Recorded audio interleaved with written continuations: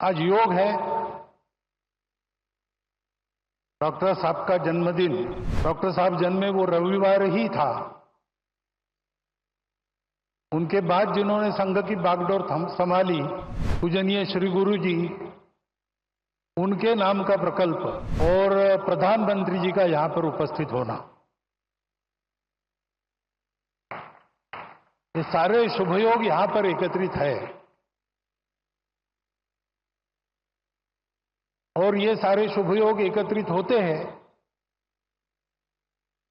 तो उसके लिए तपस्या करनी पड़ती है। माधव नेत्रालय के कार्यकर्ताओं की गत अनेक वर्षों की तपस्या के हम सभी साक्षी हैं। तपस्या से पुण्य अर्जित होता है, पुण्य से फल मिलता है, लेकिन वो फल अपने लिए न रखते हुए उसका विनियोग भी लोक कल्याण के लिए ही करना। आदरणीय प्रधानमंत्री जी, पूज्य स्वामी अवधेशानंद जी महाराज, पूज्य स्वामी गोविंद गिरी जी महाराज, आदरणीय मुख्यमंत्री श्रीमान देवेंद्र जी, केंद्रीय मंत्री श्रीमान नितिन जी, माधव नेत्रालय के मंचस्थ कार्यकर्ता वृंद, उपस्थित सज्जन, माता भगिनी,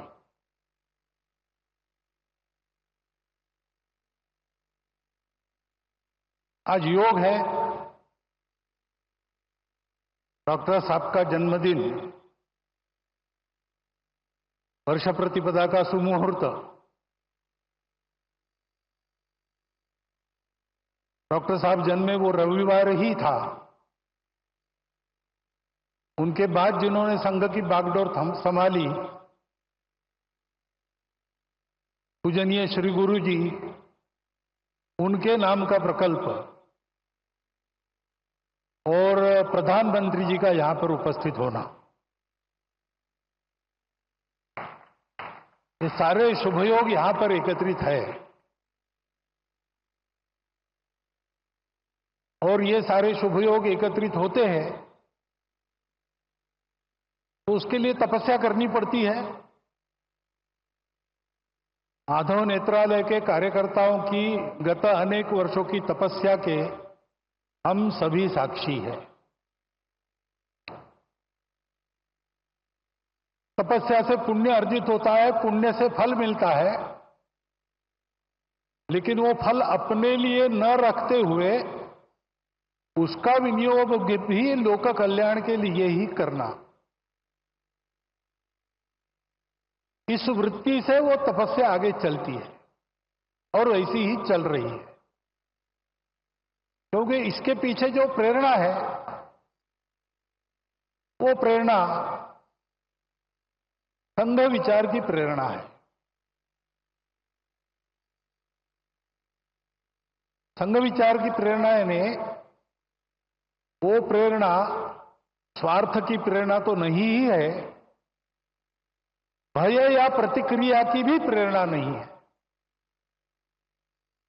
न कोई मजबूरी है। शुद्ध सात्विक प्रेम, यही वह प्रेरणा है। अपना समाज है, अपने समाज में दृष्टिहीनों के उपचार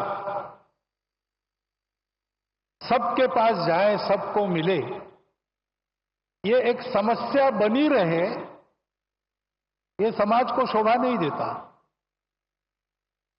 ये समाज मेरा है, इसलिए मेरा जो भी सामर्थ्य है वो लेके मैं इस समस्या के लिए जो कुछ कर सकता हूं करूंगा, करते रहूंगा, प्रामाणिकता से, निस्वार्थ बुद्धि से, तन मन धन पूर्वक। सब क्षेत्रों में संघ के स्वयंसेवक जो कार्यरत है, इसी प्रेरणा से कार्यरत है। रामटेक की यात्रा में 1926 में यात्रा के सुव्यवस्थापन के लिए स्वयंसेवकों ने जो काम किया, वह भी इसी प्रेरणा से किया।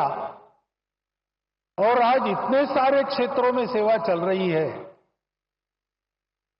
छोटे बड़े प्रकल्प उपक्रम सब मिलाकर 1.5 लाख के ऊपर समाज के लिए काम चलते हैं स्वयंसेवकों के, इसी प्रेरणा से चले हैं। यही प्रेरणा है वो स्वयंसेवकों को अपने लिए कुछ न चाहते हुए सबके लिए कष्ट करने की प्रेरणा देती है। बदले में कुछ भी नहीं चाहते, करते जाते हैं। ऐसी लंबी यात्रा के कारण समाज ने देखा परखा संघ के स्वयंसेवकों को और मान लिया। उसके फलस्वरूप अनुकूलता भी आई, बाधा भी दूर हुई, आगे बढ़ रहे हैं स्वयंसेवक, लेकिन ध्येय की वही दृष्टि कायम है। और ये सारे सेवा के काम दया भाव से नहीं चलते। एक तो समाज के प्रति प्रेम है और दूसरे तो वास्तव में समाज में सबको ही दृष्टि देनी है।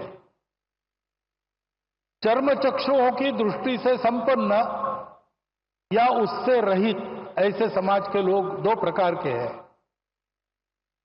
लेकिन सदा सर्वदा जीवन में जो दृष्टि आवश्यक होती है, जीवन में हमको जो कुछ मिला है परिस्थिति के रूप में, उस परिस्थिति का अधिकतम उत्कृष्ट उपयोग करते हुए अपने जीवन को सार्थक बनाना, अपने जीवन को निरामय बनाना, अपने जीवन को स्वस्थ बनाना, ये सारा करने के लिए जो जीवन की दृष्टि चाहिए, वो जीवन की दृष्टि ही है। और उस जीवन के दृष्टि का सारा उसमें वर्णन है सेवा। एकांत में आत्मसाधना, लोकांत में परोपकार, ऐसा जीवन सूत्र हमारी परंपरा में है। संघ के संदर्भ में कहेंगे तो 1 घंटा शाखा में स्वयं का विकास और 23 घंटा उस विकास का उपयोग समाज के भलाई के लिए, यही वह दृष्टि है। और वह दृष्टि देने के लिए ये सारे काम चलते हैं। ये सारे काम इसी दृष्टि से चलते हैं, इसलिए उत्तम चलते हैं। और ऐसे ही उत्तम चलते रहेंगे। अनुकूलता पाने के बाद भी, साधन संपन्नता होने के बाद भी करने वालों का भाव यही रहेगा, तब उस साधनों का उपयोग भी अच्छी तरह होकर समाज लाभान्वित होगा। केवल लाभान्वित नहीं होगा, समाज विश्व को लाभान्वित करने के लिए योग्य बनेगा और विश्व के जीवन में अपनी भूमिका को ठीक से अदा करेगा। इन सारे सेवा कार्यों से यही हो, इस इच्छा से स्वयंसेवक काम कर रहे। उसमें से एक यह माधव नेत्रालय का काम है। आज वर्ष प्रतिभागिता के दिन उनको सब प्रकार की शुभेच्छा मैं देता हूं, आपको भी देता हूं। और आपके और माननीय प्रधानमंत्री जी के बीच ज्यादा खड़ा न रहते हुए, क्योंकि उनको सुनने की आज मुझे भी उत्सुकता है, मैं मेरे शब्द को विराम देता हूं।